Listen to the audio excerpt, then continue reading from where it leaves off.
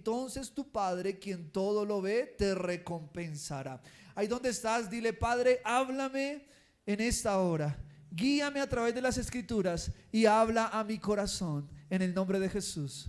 Amén y amén. Miren que Jesús aquí comienza a hablar de personas religiosas, de personas que iban a la iglesia cada 8 días e incluso entre semana.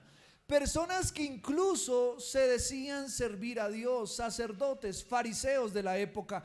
Personas que eran referentes de la ley, de la palabra. Y Jesús se refiere a sus discípulos y le dice: miren, cuando oren, no sean como esos religiosos, porque a ellos les encanta orar en público, en las esquinas de las calles, en las iglesias. A ellos les gusta hacerle creer a la gente que ellos conocen a Dios. Pero a través de esta palabra Jesús comienza a revelar que esas personas religiosas realmente no conocían a Dios. Tenían en su vida una religión, una hipocresía, pero no conocían en privado al Padre Celestial. Y es por esa razón que les dije al principio, esta palabra la quiero también referir a todas las personas que consideramos o pensamos que conocemos a Dios, pero quizá al ser confrontados por la palabra nos demos cuenta que de pronto no lo conocemos. Y miren, mis amados hermanos, el impacto de Jesús en Israel fue enorme, ¿no? Usted no puede o no podemos llegar a imaginar el impacto que causó la venida de Jesucristo a Israel, porque ese Israel al que vino Jesús era un Israel que, entre otras cosas, era muy religioso. Era un Israel que creía en Dios, creía en Jehová de los ejércitos, creía en Yahweh, creía en el Dios de Moisés, el Dios que abrió el mar rojo en dos, creía en el Dios que hizo caer maná del cielo, creía en el Dios todopoderoso. Pero viene Jesús y presenta a ese Dios de una manera que nunca antes Israel lo había visto o lo había notado o lo había estudiado. Lo presenta como un Dios cercano, lo presenta como un Dios que se quiere relacionar con su pueblo. A ese pueblo al que vino Jesús es el mismo pueblo que en el libro de Éxodo capítulo 20 versículo 19, y en la siguiente diapositiva lo podemos leer. Éxodo 20, 19. Ese pueblo de Israel en una ocasión le dijo a Moisés, entonces le dijeron a Moisés: háblanos tú y te escucharemos, pero que no nos hable Dios directamente, porque moriremos. Miren esto. Dios estaba manifestando al pueblo de Israel. La gloria de Dios había descendido sobre el monte Sinaí. Dice la Biblia que el monte humeaba, que había una gloria sobrenatural. Dios quería hablar y manifestarse personalmente, directamente con todo su pueblo. Pero ese pueblo tuvo miedo y le dijo a Moisés: mira, Moisés, Dios es muy lindo, Dios es muy hermoso, pero te rogamos que le digas que no hable directamente con nosotros, sino tú sé nuestro intermediario. Y de ahí se crea una barrera entre Dios y el pueblo, porque el pueblo comenzó a depender de alguien que fuera y le diera razones a Dios, y Dios le dijera y viniera y trajera las razones al pueblo. Pero esa no era la voluntad primera de Dios. La voluntad de Dios fue relacionarse con todos, no solamente con Moisés, es decir, no solamente con el pastor, sino con todo su pueblo. Pero ese pueblo lo rechazó. Es como si, por ejemplo, tú quieres relacionarte en amistad con alguien y ese alguien te dice: mira, te pido que no hables directamente conmigo. Si algo quieres hablar conmigo, habla con mi asistente. Y cualquier cosa que tú me quieras decir, con mi asistente. Y yo, si te quiero decir algo, con mi asistente, todo. ¿Tú cómo te sentirías? Mal, porque no quiere hablar contigo.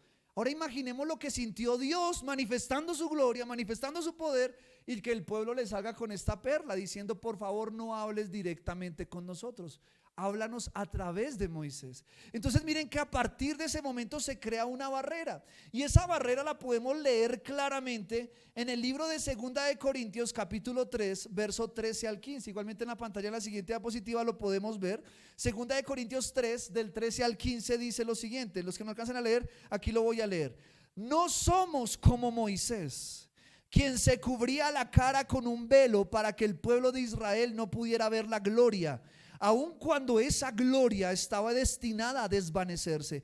Pero la mente de ellos se endureció y hasta el día de hoy, cada vez que se lee el antiguo pacto, el mismo velo les cubre la mente para que no puedan entender la verdad. Este velo puede quitarse solamente al creer en Cristo. Efectivamente, incluso hoy en día, cuando leen los escritos de Moisés, tienen el corazón cubierto con ese velo y no comprenden. Miren esto, acá está diciendo Pablo que esa generación israelita que rechazó a Dios, en el momento que ellos rechazaron a Dios, se creó una especie de velo espiritual o una pared espiritual que no les permitía ver la gloria de Dios, sino solamente aquellos como Moisés, como Isaías, como Jeremías, como David, que quisieron ir un paso más allá, lograron conocer a Dios íntimamente, pero el resto del pueblo tenía una pared, un velo. Y dice Pablo, hasta el día de hoy, cuando leen la Biblia, aún tienen ese velo. Entonces eso me lleva a entender que hay mucha gente religiosa que aunque lee la Biblia no logra entenderla, no logra tener intimidad con Dios. Tiene mucha escritura, tiene mucha palabra, pero no tiene fe, no tiene amor de Cristo en su corazón. Lo que muestra es una religión, mas no a Cristo en su vida. Y ese es el pueblo que desde un principio rechaza a Dios, quiere conocerlo, pero de lejos. Se crea un velo, una pared entre Dios y la gente. Entonces esa es la generación a la que viene Jesús, la generación que llama a Dios Jehová, la generación que ve a Dios allá arriba y cree que ciertamente es así, pero creen que solamente hay que adorarlo, solamente hay que alabarlo, solamente hay que recordar lo que hizo y solamente hay que pedirle cuando el pueblo está atravesando una crisis, pero es una petición para ellos general que beneficia al pueblo. Ellos no lo ven o no lo veían como un Dios que se quiera relacionar directamente con cada individuo. Lo veían como un Dios que se quería relacionar con una nación, más no con la gente. Es como decir, como un Dios que solamente se manifiesta en la iglesia, pero no está interesado en manifestarse en cada una de las personas presentes. Así lo veía Israel, como un Dios lejano. Entonces viene Cristo, viene Jesús y dice la siguiente palabra, dice Padre. ¿Qué palabra usó Jesús? Padre. Entonces en la siguiente diapositiva, Jesús comienza a revelar, diga conmigo, la paternidad de Dios. Y la palabra original que usó Jesús al momento de decir padre, la palabra en griego pater. Y pater literalmente significa padre biológico. Preste atención a esto. ¿Qué es un padre biológico? La misma sangre, ¿verdad? ¿Quién engendró? Eso es un padre biológico. Entonces cuando Jesús usa la palabra pater, lo que está diciendo es: Dios no solamente es Dios, Dios también es vuestro padre biológico. O sea, en otras palabras, el ADN de Dios está en ustedes. Jesús viene a revelar una parte de la naturaleza de Dios que el pueblo no había visto. Y es que Dios quería no solamente ser Dios, quería ser nuestro pater, nuestro padre biológico espiritual. Jesús viene a revelar la paternidad de Dios en medio de un pueblo que solamente lo ve como Jehová, como el poderoso, pero no lo ve como un padre. Y miren que esto se confirma en Juan 1 del 12 al 13. En el libro de San Juan, capítulo 1, versículo 12 al 13, en la siguiente diapositiva podemos verlo también, dice lo siguiente: mas a todos los que le recibieron, a los que creen en su nombre, les dio potestad de ser hechos ¿qué? Hijos de Dios, los cuales no son engendrados. Mire la palabra que usa Juan. No son engendrados de sangre, ni de voluntad de carne, ni de voluntad de varón, sino ¿de quién? De Dios. O sea, padre biológico es aquel que engendra. Juan está diciendo: todo aquel que ponga su fe en Cristo, todo aquel que crea en el nombre de Jesús, va a ser engendrado por Dios. Yo no sé Si usted se ha puesto a pensar en esto, pero pensemos. Quizá tú te sentirías orgulloso de ser hijo de un empresario multimillonario o de un gran héroe de la patria, o te sentirías de pronto orgulloso de ser hijo de alguien influyente en la sociedad. De pronto entrarías a un restaurante y quizás, si no manejas la humildad, dirías: yo soy hijo de fulanito de tal, así que me hace el favor y me atiende bien. Habría un orgullo en nosotros. Yo no sé si te has puesto a pensar que la Biblia nos dice que todo aquel que pone su fe en Cristo es engendrado por Dios. En otras palabras, podemos decir, no solamente religiosamente, sino realmente: Dios es mi papá. Piensa en esto: el creador de los cielos, de la tierra, del universo, del sol, de las estrellas, el que nos da el aire, quiere ser tu padre. No solamente tu Dios, quiere ser tu padre. Y eso tiene que traer una revelación tremenda a nosotros. Pero ¿qué pasa aquí también? Jesús habla de pater en una generación romanizada donde los niños y las mujeres no valían nada, donde era lícito abortar un bebé después de nacido botándolo a la calle. Era una cultura perversa en cuanto a los niños. Era una cultura que si nacía mujer, el padre y la madre tenían la potestad de botarlo a la calle.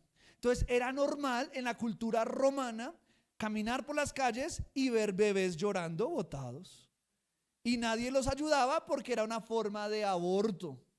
Jesús viene diciendo pater en medio de esa generación. Entonces imagínense lo que para algunos fue un choque de decir: pater, si me vas a hablar de padre, los padres de esta generación son terribles. Entonces no solamente Jesús tuvo que traer la revelación de Dios como padre, sino que tuvo que traer la revelación de Dios como el mejor padre. ¿Estamos bien hasta acá? Entonces en la siguiente diapositiva vamos a ver la revelación de Dios como el mejor padre. Porque mire, Jesús reveló la naturaleza paternal de Dios en medio de una cultura romanizada en donde ser padre era sinónimo de abandono y crueldad. Muy parecido a una generación muy presente en la que estamos viviendo. Desafortunadamente para muchas personas, padre o pater es sinónimo de abandono o es sinónimo de crueldad.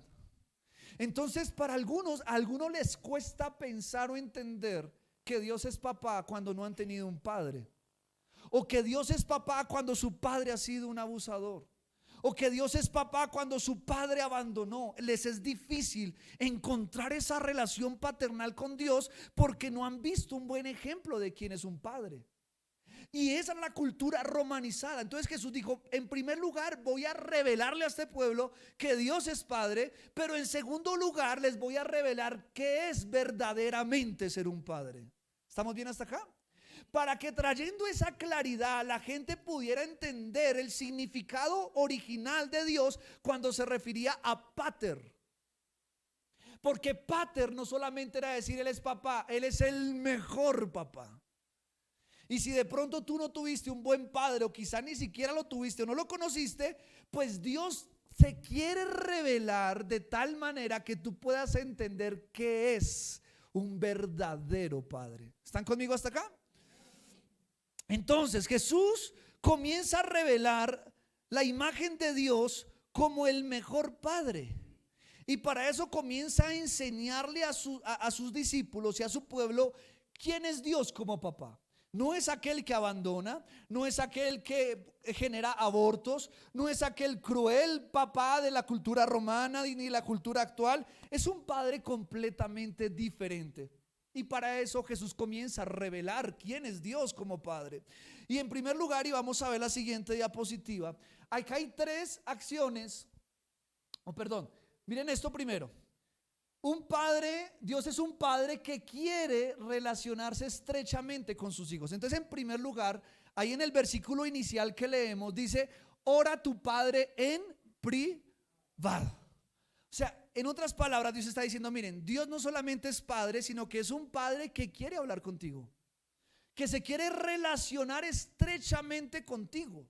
No es papá cuando llega la quincena o la mensualidad y aparece con 200.000 pesos. No, Él es un padre que quiere tener momentos privados contigo donde puedan hablar, donde puedan charlar, donde puedan salir juntos. Él es un padre que realmente está preocupado por escucharte. Él es un padre que está preocupado por relacionarse con sus hijos. Por eso para los judíos de esa época, estas palabras de Jesús tuvieron que ser como ¡puf!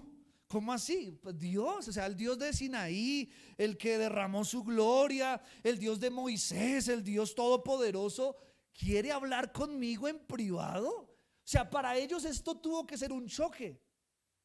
Porque yo creo que mientras Jesús hablaba, ellos se miraban. ¿Dios quiere hablar conmigo en privado?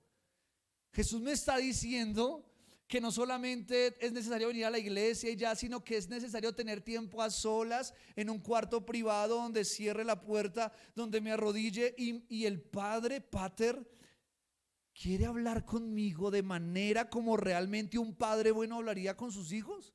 Eso tuvo que ser un choque para los judíos. No sé si me estoy dando a entender, porque qué hermoso es un papá que se quiere relacionar con sus hijos. No solamente está para dar dinero, no solamente está para responder por las necesidades básicas de sus hijos, no solamente está para aparecer cuando en el colegio lo citan o cuando hay que pegarle. No solamente está en esos momentos, está en todo tiempo interesado aún en las cosas más mínimas.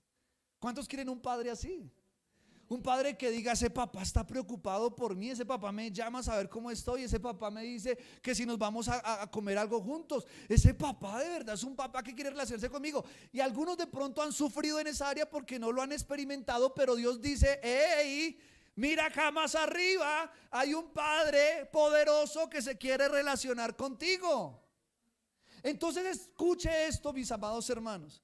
Estamos en una generación que quiere venir a la iglesia, quiere escuchar al pastor hablar o a la pastora o a los líderes hablar, pero no están interesados en establecer una relación estrecha con Dios. Y tristemente me dirijo a algunos de ustedes, o quizás a la mayoría, ojalá fueran más pocos, que tristemente tengo que decir: no te relacionas con Dios íntimamente, te relacionas religiosamente. ¿Por qué? Porque vienes a la iglesia, porque dices que eres cristiano o que crees en Dios, pero muy pocos oran en privado con Dios. Mira, mi oración más importante no es la que yo hago aquí con ustedes. Esta es necesaria, es importante. Mi oración más importante es la que yo hago a solas con Dios. ¿Están conmigo?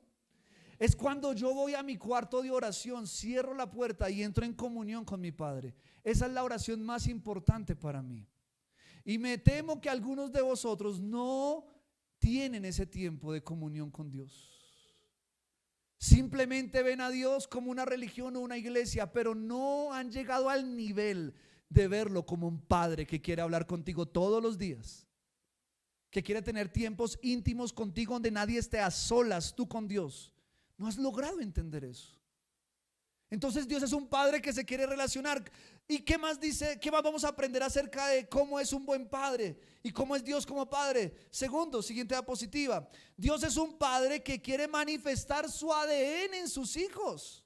Miren, yo lo digo por experiencia, pero para mis padres, mi papá y mi mamá, ellos son orgullosos cuando nosotros, sus hijos, hacemos algo bueno. De pronto nos graduamos del colegio, de la universidad, o de pronto hacemos algo admirable. Ellos se sienten orgullosos y sacan pecho y dicen: ese es mi hijo. No sé cuántos padres de pronto en algún momento han sentido ese orgullo de sus hijos, de decir: vea, ese chino que vaya, ese es mío, igualito a su papá. Y saca pecho, ¿no? Qué lindo es como padre sentirse orgulloso de sus hijos. Pues Dios dice, cuando dice todo lo ve, quien todo lo ve te recompensará. En la Reina Valera 1960 dice que te recompensará en público. ¿Qué recompensa está hablando Dios? Que el tiempo que yo paso en privado con Dios se va a reflejar en mi vida pública. Es decir, el ADN de Dios se va a manifestar a través de mi vida. Mira, cuando yo pienso en un padre biológico, yo pienso en una herencia de muchas cosas. Hay herencia de comportamientos, hay herencia de conductas, hay una herencia incluso hasta de enfermedades hereditarias, porque eso va por la sangre.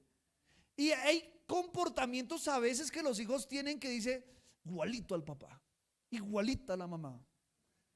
Esa cara que hizo, eso es el puro papá ahí, ¿sí? Porque hay una herencia genética que a veces se refleja en el ADN. Incluso, eso será para otra charla, hay maldiciones generacionales que hay que cortar porque eso viene muchas veces por la sangre también. Como también hay bendiciones que vienen. Pero ese no es el punto hoy, después hablaremos de eso. El punto hoy es que Dios, como padre biológico de los hijos de la fe, quiere manifestar su ADN. Es ahí donde yo entiendo lo que dice Pablo cuando dice acerca de los frutos del Espíritu. Alguien que me diga un fruto del Espíritu. Amor, otro.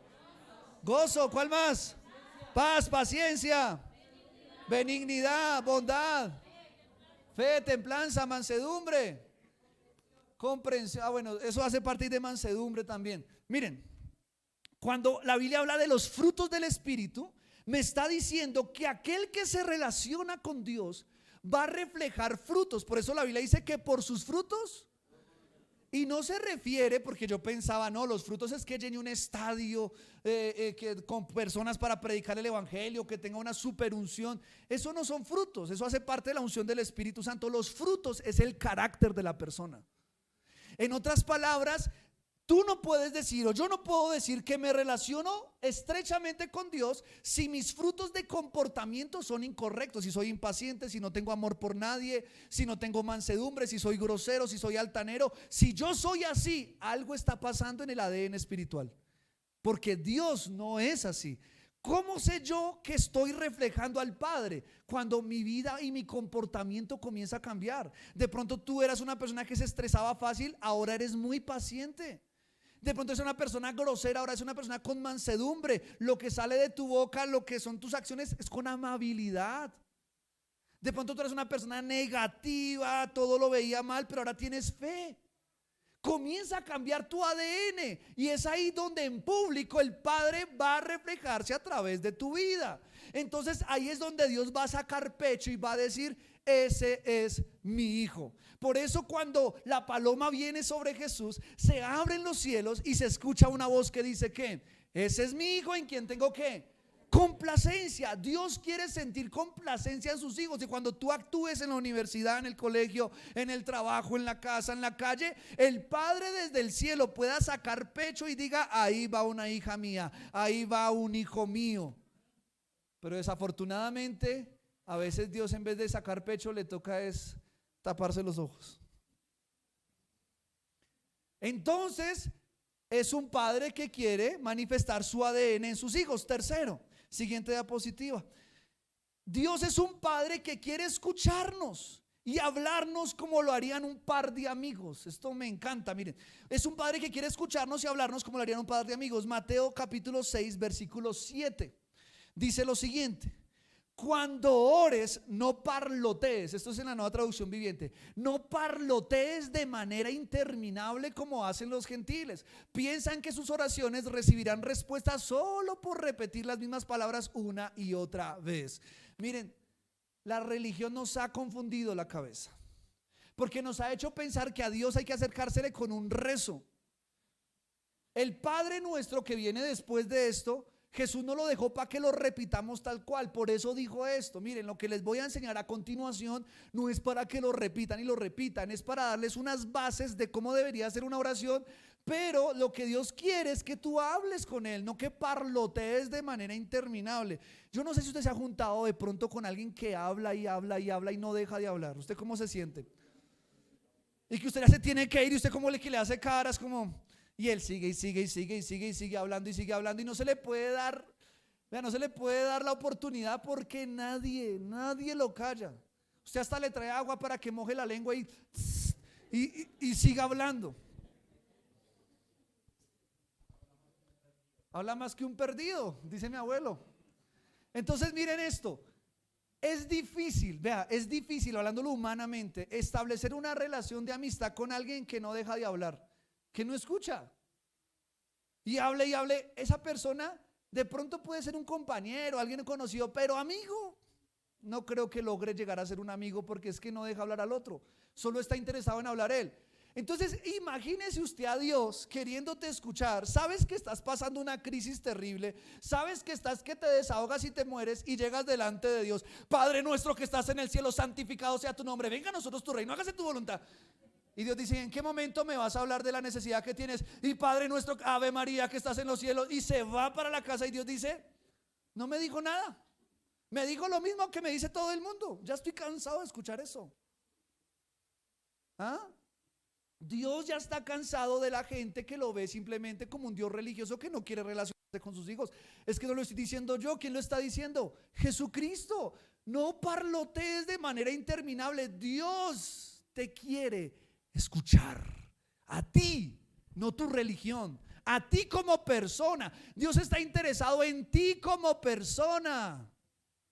Dios quiere ser tu amigo. Miren, dice la Biblia que Dios llamó a Abraham su amigo. Dios quiere tener amigos con los cuales pueda hablar y con los cuales lo escuchen a él también. Porque hay mucha gente que viene a la iglesia, pide a Dios. Miren, yo pienso que Dios se puede sentir usado muchas veces, porque venimos y le pedimos: Señor, dame el milagro, dame esto, dame lo otro, pero no queremos escucharlo. Y Dios nos responde: gracias Señor Jesucristo, y hasta ahí nos vemos. Usado. Y la iglesia de hoy muchas veces usa a Dios como un amuleto, pero no lo ve como un padre, no lo ve como un amigo. Y Jesús está diciendo: mira, cuando oren, no hagan como la gente que repite y repite las mismas palabras y una otra vez. Dios te quiere escuchar a ti como persona. Amén. ¿Estamos claros hasta acá? Pero siguiente, Dios es un padre que cuida de sus hijos. Mateo 6:8. Mateo 6:8 dice: no seas como ellos, porque tu padre sabe exactamente lo que necesitas, incluso antes de que se lo pidas. Wow. Quiero que piense en esto, piense por un momento en esto. Está Israel ante un Dios poderosísimo, ante un Dios que ha manifestado su gloria, ante un Dios que está interesado en Israel como nación. Pero ahora viene Jesús y dice: tu padre sabe exactamente lo que necesitas. Uno como padre que convive con los hijos sabe lo que ellos necesitan. Mi esposa y yo sabemos qué necesitan mis hijas. Hay cosas que a veces yo no sé, mi esposa me lo dice porque sabe que necesitan, sin que ella me lo tenga que decir. Si yo veo a mi hija con zapatos rotos, yo sé que necesita qué. Y pueda que ella no me lo pida, pero yo sé que lo necesita. Entonces Dios está interesado en cada uno de ustedes como persona, y quiere que sepas en esta mañana que Él sabe el recibo que tienes que pagar, que Él sabe que ese jean ya no da más lavadas, que esas medias ya ni con talcos supremos lo logra, ya de lo viejo que está. Dios sabe el agua que se te filtra en estos barriales por debajo de la suela donde nadie lo ve, pero tú sí lo sientes. Dios sabe exactamente lo que tú necesitas. Dios sabe cuántas deudas tienes. Dios sabe a qué banco le debes. Dios sabe las llamadas que no hemos contestado para no pagar. Dios sabe todo. Dios, mire, es más, Dios sabe cuántos panes tienes para mañana o si no tienes. Dios sabe si en tu casa en este momento hay panela o no lo hay. Dios sabe cuántos huevos hay en toda la cena. Dios sabe si tienes leche o no tienes. Dios sabe todo exactamente. Entonces dicen: miren, por favor, no sean como los que repiten. Vayan y cuéntenle a Dios, porque Dios ya lo sabe, pero Él quiere escucharlos. ¿Qué necesitas, hijo? Quiero que veas hoy a Dios como un padre que te dice hoy a ti: hijo, hija, dime, ¿qué necesitas? Señor, pero yo sé que tú eres poderoso. Sí, pero ¿qué necesitas? Padre, yo sé que tú todo lo puedes, pero dime qué necesitas. Eso es como el hijo que le da vueltas y le da vueltas y le da vueltas para decirle que lo deje salir. ¿Sí le ha pasado? Y Dios dice: hijo, ten confianza en mí. Dime, ¿qué necesitas? Padre, es que si fuera posible, Señor, dime, necesito 50,000 pesos para pagar ese recibo. ¿Eso era? ¿Por qué no me lo dijiste? Dímelo. Mire, yo he experimentado milagros de Dios. Yo me he enamorado de Dios en los milagros más sencillos, porque en los grandes pues cualquiera se enamora, pero en los pequeños detalles es donde uno dice, wow, wow, qué increíble. Dios Él es impresionante, Él es exacto, Él es exacto. Y no les voy a contar testimonios porque me quedo acá y quiero ir rápido en el tiempo, pero tengo varios testimonios que con tiempo le iré contando de cómo Dios con pequeños detalles aparece y uno dice, eras tú, ¿no? Tú lo sabías. Tú lo sabías. Y yo, Brian, he experimentado a Dios de forma personal, no solamente de forma grupal. Lo he experimentado de forma personal y por eso lo amo con todo mi corazón, porque sé que Él es un Padre verdadero, real, que está interesado en mí, en mi familia. A Él le interesa a mis hijas, a Él le interesa a mi esposa, a Él le interesa a mí, a Él le interesa que yo tenga zapatos, a Él le interesa que yo tenga que vestir, porque Jesucristo habló del vestuario y habló de la comida. Jesucristo lo mencionó y le dijo, vuestro Padre sabe lo que vosotros necesitáis. Pero imagínese usted como papá, que su hija necesita zapatos y usted va y golpea donde el vecino. Y mi hija quiere estar haciendo donde el vecino y dice, vecino, mire que no tengo zapatos. Usted como padre, ¿cómo se siente? Hijo, pero ¿qué pasó? ¿No confías en mí? Y a veces pasa eso con Dios. Preferimos ir y contarle primero al pastor, contarle primero al vecino, a la amiga, y contarle nuestra preocupación. Y Dios dice, Él a mí no me ha contado nada, Él a mí no me ha dicho, porque nos acostumbramos a tener intermediarios. Y Dios diciendo, ¿por qué tienes que ir a decirle al pastor lo que podrías decirme directamente a mí? Hay una hija espiritual en Girardot, algunos de ustedes la conocen. Cuando yo la conocí, ella no conocía prácticamente nada de Dios y era siempre preguntas de la Biblia, preguntas. Yo un día le dije, mira, pregúntale a Dios primero y luego me dices qué dijo. Y ella empezó a desarrollar una respuesta directa con Dios. Y a veces me demoraba en contestar y luego me respondía, no, ya Dios me contestó. Aprendió a escuchar primeramente a Dios que a un líder, que a un pastor. Yo no digo que esté mal que busques consejo de un pastor y un líder, no. Hay momentos en los que definitivamente Dios te va a hablar a través de ellos, pero no te acostumbres a eso. Acostúmbrate más bien siempre primero ir a Dios. ¿Estamos bien hasta acá? Siguiente. Un padre que cuida de sus hijos. Ahora vamos a hablar de la triste realidad, de aquellos que pensaban que sí, pero realmente no, nunca conocieron a Dios. Y aquí yo quiero que tú entres en un examen espiritual. Porque la Biblia me habla de personas que creían que sí, pero no. Creían que eran salvos, pero no. Creían que conocían a Dios, pero no. Simplemente conocían una iglesia o una religión. Entonces, en Juan capítulo 1, verso 10 al 11, lo voy a leer acá. Juan 1, del 10 al 11 dice: vino al mismo mundo que Él había creado, pero el mundo no lo reconoció. Vino a los de su propio pueblo y hasta ellos lo rechazaron. Qué tremendo. A Israel y a aquella persona religiosa que no conoce a Dios se le aplica tan cerca, pero a la vez tan lejos. Es inconcebible pensar que muchos israelitas tuvieron a Jesús ahí de frente, hablándoles. Lo tuvieron ahí como persona visible. Tuvieron la oportunidad de hablar con Él. Miren cuánta gente no pagaría millones por estar 2 minutos en esa época sentado hablando con Jesús, tocando sus manos, escuchando sus palabras. Y esa gente tuvo la oportunidad. Lo tuvieron ahí, pero no lo conocieron, lo rechazaron. Dice, a los de su propio pueblo vino, pero su pueblo lo rechazó.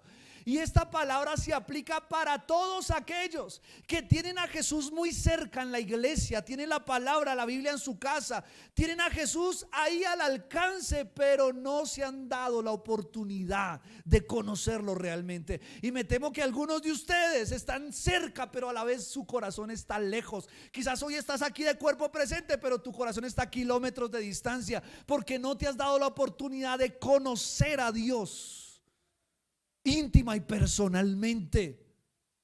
No basta solamente con que vengas a la iglesia y digas yo creo en Dios. Es necesario que te acerques a Él de corazón, íntima y personalmente, para que no se te aplique tan cerca. Tan cerca, mira, venía a la iglesia y Dios la tocaba, Dios lo ministraba, Dios le hablaba, pero esa persona nunca se relacionó con Jesucristo. Se relacionó con una iglesia, se relacionó con personas que conocen de Dios, pero nunca se relacionó con Cristo. Yo he conocido mucha gente así. Tristemente puedo decir que la mayoría de los cristianos son así. Si yo me acerco a algunos de ustedes y les pregunto, ¿conoces a Jesús? Quizás dice, sí, Él es chévere, Él es Dios, pero no lo conoces realmente. Lo conoces de oídas, pero tus ojos no lo han visto. Y Mateo 22:14, voy a leerlo aquí rápidamente, dice: pues muchos son los llamados, pero pocos los escogidos.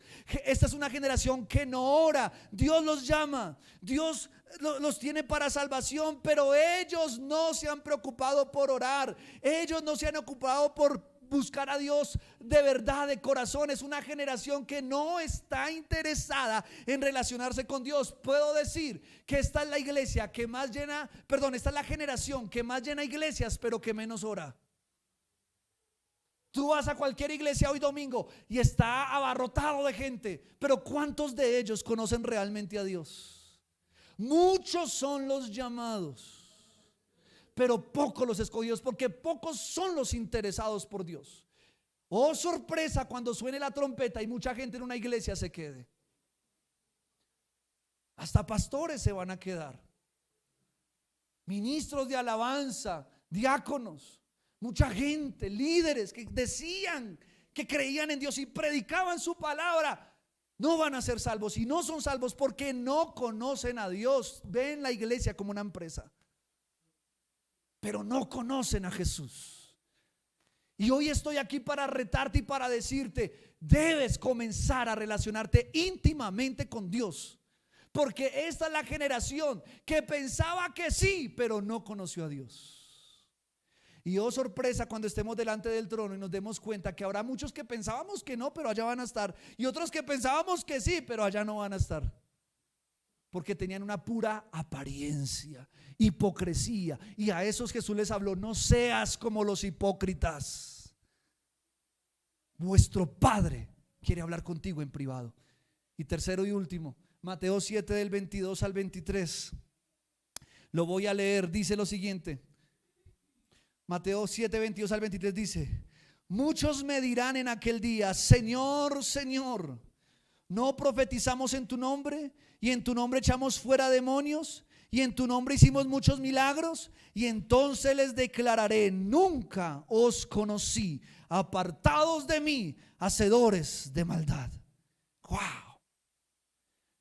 Estas son las palabras más terribles que cualquier persona, que cualquier cristiano, porque aquí se está refiriendo a los cristianos, las palabras más terribles de Jesús son: nunca os conocí. Señor, yo predicaba tu palabra. Señor, yo hablaba de ti. Señor, yo echaba fuera demonios. Señor, yo hacía milagros. La gente me conocía porque yo era un reflejo tuyo en lo que hacía, Señor. Y Jesús los mirará y dices: ¿tú quién eres? Yo no te conozco. Entonces yo entro aquí en un confrontamiento de decir: wow, Señor, ¿cómo es posible que alguien pueda hacer milagros en tu nombre? Que alguien pueda echar fuera demonios en tu nombre, que alguien pueda profetizar, predicar en tu nombre y tú no lo conozcas. Entonces Dios me responde y me dice: porque ellos nunca se interesaron en relacionarse íntimamente conmigo. Solo les importó ser un pastor. Solo le importó mostrarse a la gente. Solo le importó que vieran la unción en ellos. Solo le importó hacer crecer su iglesia, pero no les importó relacionarse directamente conmigo. Yo a ellos no los conozco. Entonces llegó a una conclusión y es: siguiente diapositiva. Si Dios te conociera por el tiempo que pasas con Él íntimamente, ¿podrías decir hoy que Él te conoce?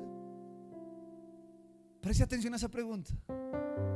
Si Dios te conociera por el tiempo que pasas diariamente con Él, en tu vida devocional, en tu oración personal, si se midiera el conocimiento de Dios hacia ti, por eso hoy podrías decir que Él te conoce. Porque algunos dirán: no, yo conozco la palabra, yo sé, pero ¿pasas tiempo con Él para que Él pueda decir: yo te conozco? ¿A quiénes les dirá yo te conozco? A los que Jesús en la tierra se relacionó en lo privado, en lo íntimo. No a los que fueron simplemente a la iglesia, a los que se preocuparon por diariamente sacar un espacio de ir a orar, de ir a doblar sus rodillas y postrarse delante del Padre y decirle: Padre, aquí estoy. Soy imperfecto, cometo errores, pero aquí estoy, Padre. Y quizás escucharás la voz del Padre que te dirá: te estaba esperando. ¿Cuántos de ustedes han dejado plantados a Jesús en una cita privada? Dijo una vez una pastora: todas las mañanas me levantaba temprano a tomar café y a estar en la presencia de Dios. Y yo la llamaba café con Jesús. Dijo: y un día falté a la cita, no llegué, y encontré en ese lugar una rosa en la mesa donde yo me sentaba. Y sentí un dolor en mi corazón, porque fue como si Él hubiese venido con una rosa y tuvo que dejarla ahí porque yo no llegué. Mis amados hermanos, estamos a tiempo de conocer a Dios íntimamente. Hoy yo no te estoy hablando de una religión. Hoy yo no te estoy hablando de que seas evangélico, que seas adventista. No te estoy hablando de ninguna religión. Te estoy hablando de Jesús de Nazaret, de aquel que te ama, que murió en la cruz por amor a ti, y de aquel que desea, dice la Biblia, que el Espíritu Santo nos anhela celosamente. Te estoy hablando de aquel que quiere entablar una relación íntima y real contigo, que quiere ser tu amigo, quiere ser tu padre, quiere escucharte. Hoy te estoy hablando del Dios que quiere que todos los días vayas de rodillas delante de su presencia y te postres y ores y clames y busques su rostro continuamente. Muy pocos, tristemente lo digo, muy pocos tienen vida devocional con Dios. Muy pocos oran privadamente, muy pocos leen la Biblia, muy pocos son conocidos por Dios, muy pocos. Y tú dices: Dios, ¿dónde estás? Dios, yo no te conozco. Dios, si existieras tal cosa. Y Dios dice: estoy al alcance de tu mano, estoy ahí. Pero tú no te has decidido empezar una relación conmigo. Hoy quiero retar a la iglesia, quiero retar a Regreso al Hogar, que hoy tomes un compromiso con Dios de decir: Padre, todos los días voy a sacar tiempo para ir a orar. Si miráramos cuánto tiempo pasamos en redes sociales, quizás te vas a dar cuenta que pasas 2 horas, 3, 4, 5 horas, pero dices a Dios: yo no tengo tiempo. Y Dios dice: mentiroso. Porque si tienes tiempo, si tienes tiempo para estar tanto tiempo en cosas vanas, ¿por qué no tienes tiempo de hablar conmigo? El Espíritu Santo se quiere relacionar íntimamente contigo. El día que yo conocí a Jesús íntimamente, mi vida fue transformada. No volví a ser el mismo. Yo crecí con varios amigos de la iglesia. Yo crecí con varios amigos que íbamos a conciertos cristianos. No nos perdíamos un gospel, por ejemplo, o un concierto de Alex Campos, Marcos Guía. Allá estábamos de primeras.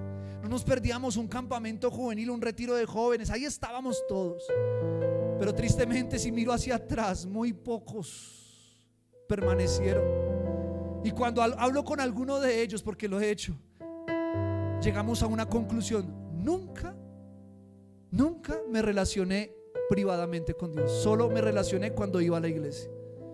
Y tarde o temprano el diablo te termina sacando. ¿Cuál fue la diferencia?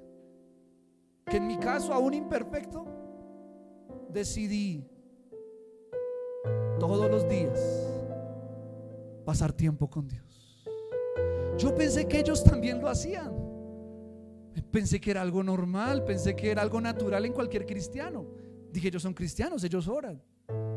Pero tristemente me di cuenta que no, que la mayoría de ellos no oraban.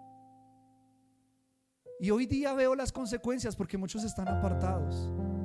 Y digo: ¿qué me sostuvo en medio de mis tentaciones y debilidades? ¿Qué me sostuvo? mi relación con el Espíritu Santo. Eso fue lo que me sostuvo. Nada más, no fue la iglesia siquiera, porque en pandemia cerraron la iglesia. ¿Qué mantuvo a la gente en medio de la pandemia? Su relación con Dios. ¿Qué mantendrá a la gente en los últimos tiempos? Su relación con Dios.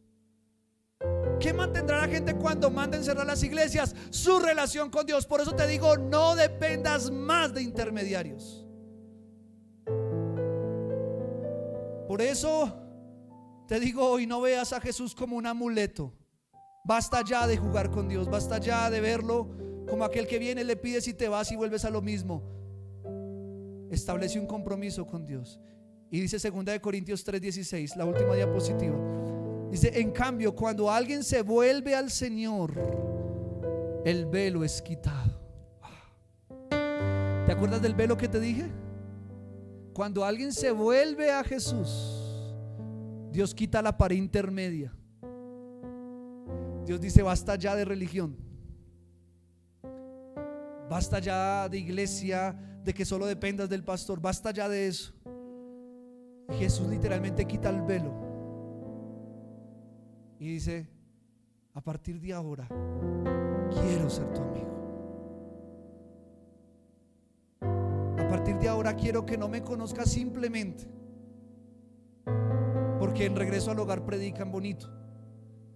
Ahora quiero que me conozcas como tu amigo y como tu padre. Esa paloma que vimos volar aquí en el altar es la misma que me acompaña todos los días en Transmilenio, en el trabajo. Es el Espíritu Santo. Basta ya de jugar a ser cristiano. Es momento de relacionarnos con el Espíritu Santo. Porque te digo una cosa, Jesús viene pronto. Jesús va a recoger su iglesia, pero va a recoger a solamente aquellos que decidieron relacionarse con Él íntimamente. Quizá venga esta tarde, quizá venga mañana, no lo sé. Pero lo único que sé es que el día que Él venga, Él va a poder mirarme y decir: yo ya te conocía en intimidad. Yo quiero que cuando Él me mire diga: yo sé quién eres tú. Porque yo no solamente te conocí cuando venías a la iglesia, yo te conocí en tu cuarto de oración. Yo te escuché cuando nadie te escuchaba. Yo vi tus lágrimas cuando nadie las veía. A Dios le importa más las lágrimas que derramamos en privado que las que derramamos en público. A Dios le importan más las palabras de te amo, Jesús, en privado que las que le decimos en público. Porque en público es fácil decirlo, pero en privado, donde nadie me ve, donde nadie me escucha, donde un pastor no me va a felicitar, donde un líder no me va a decir muy bien, es ahí cuando Jesús dice: esas palabras han llegado a mi corazón, hijo, porque me amas en lo privado, me amas en lo íntimo. No necesitas que alguien te vea para portarte bien. No necesitas que alguien te esté revisando y preguntándote cómo estás para que estés bien. Tú dependes de mí, no dependes de la iglesia, dependes de mí. A esa gente, mis amados hermanos, esa es la gente que vamos a estar delante del trono eternamente con Él. Porque si no aprendemos a relacionarnos aquí en la tierra con Jesús, ¿cómo pretendes relacionarte con Él eternamente? Quiero hacer un llamado de 5 minutos para todos aquellos que hoy dicen: quiero hacer un compromiso con Dios, que a partir de hoy voy a comenzar una relación íntima con Jesús. ¿Por qué te llamo al compromiso? ¿Por qué te llamo al compromiso? Porque eso es como un matrimonio, donde tú le dices a Dios: Dios, yo decido casarme contigo. Y Dios va a escuchar ese compromiso y a partir de hoy mismo, cuando salgas por esa iglesia, te va a recordar ese compromiso. Todos aquellos que hoy dicen: yo quiero relacionarme íntimamente con Jesús y voy a tomar la decisión de todos los días sacar un espacio para orar, arrodillarme, leer la Biblia, voy a tomar tiempo de estar con Dios. Todo aquel que quiera hacer ese compromiso, yo te invito a que hoy lo hagas público y luego lo practiques en lo privado. Así que yo